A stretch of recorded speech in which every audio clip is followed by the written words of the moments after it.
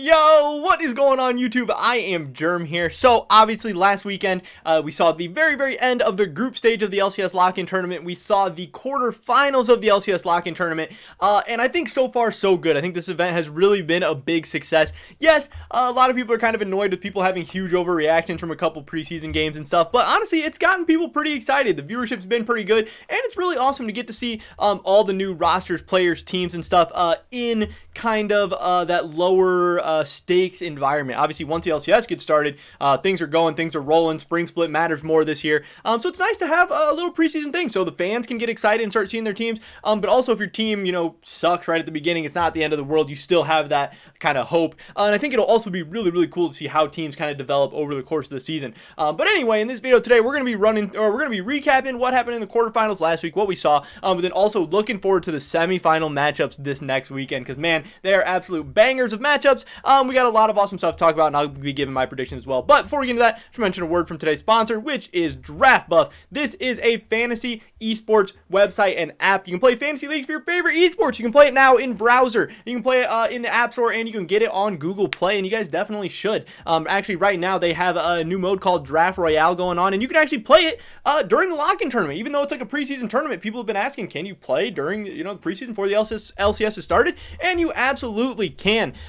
For the lock-in week 3, the semifinal matchups, here's my team: Someday, Santorin, Perks, FBI, Core JJ, and Team Liquid. I think Someday should hopefully be able to stomp all over Fudge. He's a big guy that I'm looking out for this week. So, if you guys are excited for this stuff as well, if you want to play some fantasy LCS this weekend, get involved with the lock-in tournament. They have LEC, they have LCK as well, ton of awesome options. Check out the link in the description below for Draft Buff. Get signed up over there, get started playing. I would appreciate it a ton, and so would they. Shout out to Draft Buff. With that being said, here we go.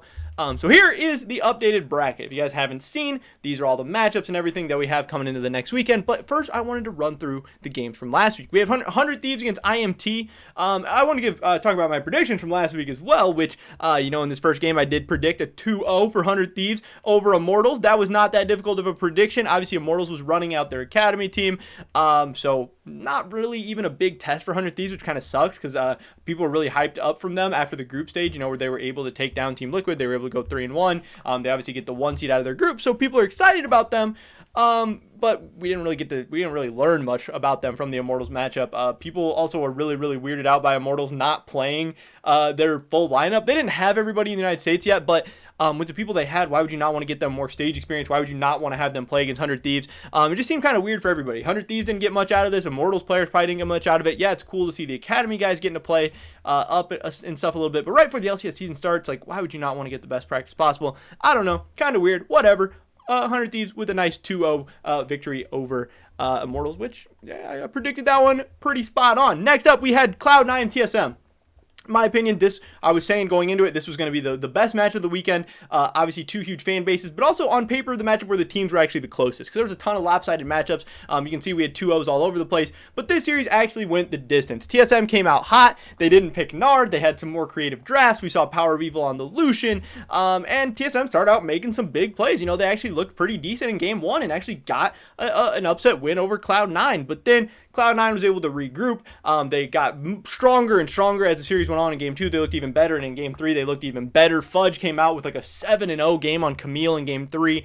He was a guy that was feeling a lot of pressure, feeling a lot of heat from fans, from the community, and I'm sure inside himself as well, because the pressure's been on him, and he has not been performing so far. Perks still didn't really have an insane pop-off series, but man, Sven, Vulcan, and Blabber look unreal so far into the season. I still have questions about Fudge, and I'm still not loving what I'm seeing from Perks either. He hasn't been bad, but man, he has not been, the multi-million-dollar guy that a lot of people expected him to be. But again, 2-1 over TSM to knock them out. This is another one I predicted, so I started off hot. I got the Saturday games. I got a 2-0 for 100 Thieves. I got a 2-1 for Cloud9. We were off and rolling. Then we head into Sunday. Evil Geniuses against GG. Obviously, Evil Geniuses kind of the surprise of the tournament so far. They topped out in Group B when some people had FlyQuest over them. Some people had Cloud9 over them. But Evil Geniuses was at the top. They went 3-1. Their only loss was to FlyQuest after they were already the number 1 seed and games really didn't matter for them anymore. And obviously FlyQuest had Jose Dioto at that time. But Evil Genius says, I did think that Golden Guardians was looking decent. They might be able to take a game. I predicted a 2-1 for EG. They get the clean sweep, the 2-0. We got to see Impact off of Renekton. We got to see a lot of different things for Evil Geniuses.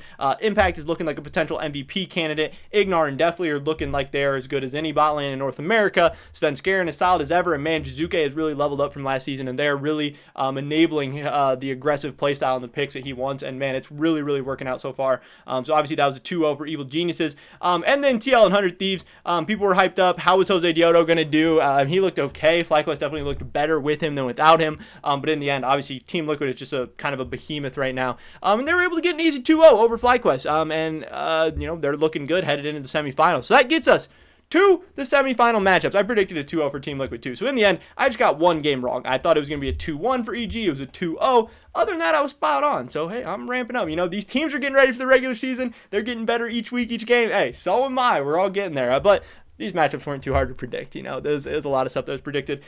So these games are now best of 5s headed into this weekend, and both of these series look so good. But also, we get the finals this weekend too. I kind of was forgetting about that the semifinals are Friday and Saturday, and then the finals is on Sunday. So this is going to be a banger of a weekend. I mean, any of these teams could potentially play 10 games in a weekend, when the LCS regular season is only, in the spring split, is only 18 games. You could play more than half an LCS split in one weekend. Like, this is actually such good experience and such good practice for so many of these teams when you're trying to build up synergy, when you're trying to get better and ready for the season. If you get to play 10 games here, and some teams didn't even make it to the knockout stage at all, man, you could really be putting yourself out ahead for a head start. So people saying that this stuff doesn't really matter, I would argue that it actually is really, really important, especially for a team like Cloud9, where Fudge needs all the valuable experience he can get. I mean, a lot of these other teams have a ton of veteran experienced players, and Fudge is kind of the most inexperienced player left. He would love to be getting some more stage time and some more games. But in the end, we get to the 100 Thieves Cloud9 matchup, where I think this one's pretty interesting because Fudge obviously has not looked great, but he's slowly been ramping up. Again, as the TSM series went on, Fudge got better and better. So he might be coming into this series with some confidence. But man, this is going to be a tough matchup for them. Obviously, with Someday across on the other side. If you have a weak top laner, 100 Thieves is not a team you're looking to run into. And every other team left has great top laners. So Cloud9, Fudge is really going to get put to the test of Someday, Alfari, and Impact left. Like, the 3 best top laners in North America are all still alive, and I don't think there's a coincidence there. Top lane is a pretty strong position in the meta right now.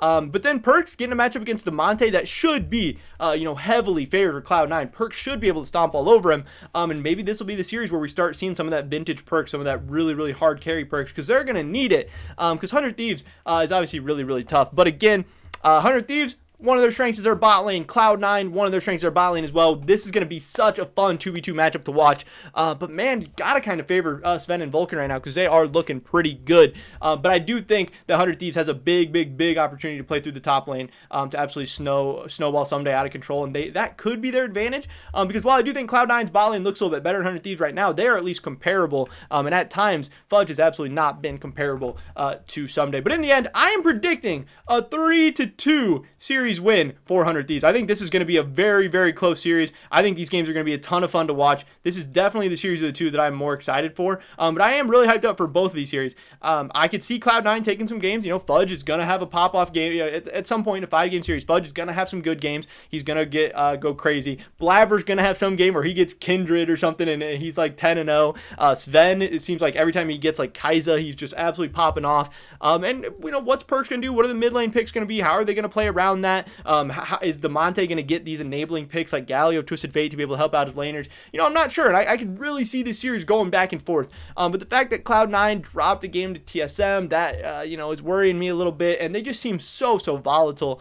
And 100 Thieves seems like a little bit more rock solid, and Cloud9 is probably a more talented team, but I think 100 Thieves might be just playing a little bit better right now. But Perkz' experience in best of 5s is definitely going to play a huge factor as well, and is that going to be enough to put Cloud9 over the top? Maybe. I think the series really could go either way. It's like, in my mind, it's like 55-45 for 100 Thieves. But if you pick Cloud9, even if you pick Cloud9 like 3-1, I wouldn't think you're insane or anything. But this is how I see it going down. I'm taking 100 Thieves to the finals. Then in our other series, we have Evil Geniuses against Team Liquid. Again, Evil Genius has been the surprise of the tournament so far. They're looking pretty good. Everyone's looking pretty solid. But man, they have a tough matchup in Team Liquid. Team Liquid, in my opinion, might have the single best player at every single position in the LCS right now, and that is scary. That is hard to compete with. Core JJ is looking like an absolute MVP candidate again, but Alfari might be the second in the MVP race right now. Santorin, obviously, he hasn't got to play a ton with the team yet. We'll see how he is able to continue to adapt and grow with obviously the new players and just kind of getting over the jet lag and everything. But another week of scrims down in for him, and he's a big veteran player who's been in North America for a while. I think he should be just fine. This is going to be a tough series for Evil Geniuses. I think we're really going to find out a lot about how good this Evil Geniuses team is, because they're coming out of a really, really weak group in Group B, and then their bracket stage game was against Golden Guardians as well. So they really haven't been tested other than that Cloud9 game. And again, Cloud9 was really playing not good at the beginning of the tournament. They're not even playing amazing now. But so far, that's been like the one big hard game for Evil Geniuses. And they even dropped a game to FlyQuest, who has not looked great either.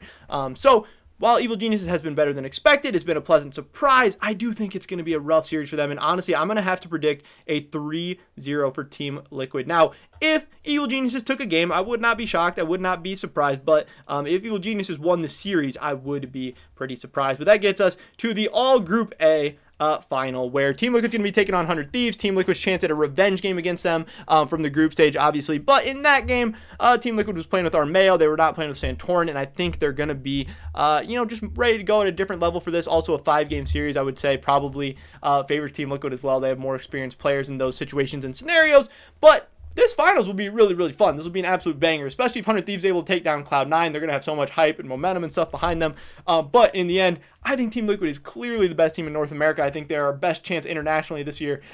And I think their roster is absolutely loaded. I think it's a ton of fun to watch, but I just think they are so, so good. And I think in the end, this will be a pretty easy series for Team Liquid. But we've already seen 100 Thieves has the ability to beat them, so I think it is possible. So I'm going to predict a 3-1 in the finals, but with the championship, the 150K, I think it's 150K and then 50K to charity, something like that, going to Team Liquid. I'm going to have my MVP as Core. I think he is absolutely going to pop off in the bot lane. We're seeing the 2v2, a ton of 2v2 kills for Team Liquid already. It's been kind of disgusting, honestly, so far. But this is what I think is going to happen this weekend. Pretty much it for this video today, guys. Definitely drop a like if you enjoyed it. Helps me out so much with the YouTube algorithm, and I would really appreciate it. Leave a comment down below. What do you think I got right? What do you think I got wrong? What do you think is going to happen this weekend? What are your guys' predictions? I would love to hear your guys' thoughts and opinions on anything we talked about in today's video. Subscribe to stay updated on my latest content. We're trying to hit 7K as soon as we can. Remember to check out Draft Buff. Hopefully I catch you guys in the next one. But until then, peace!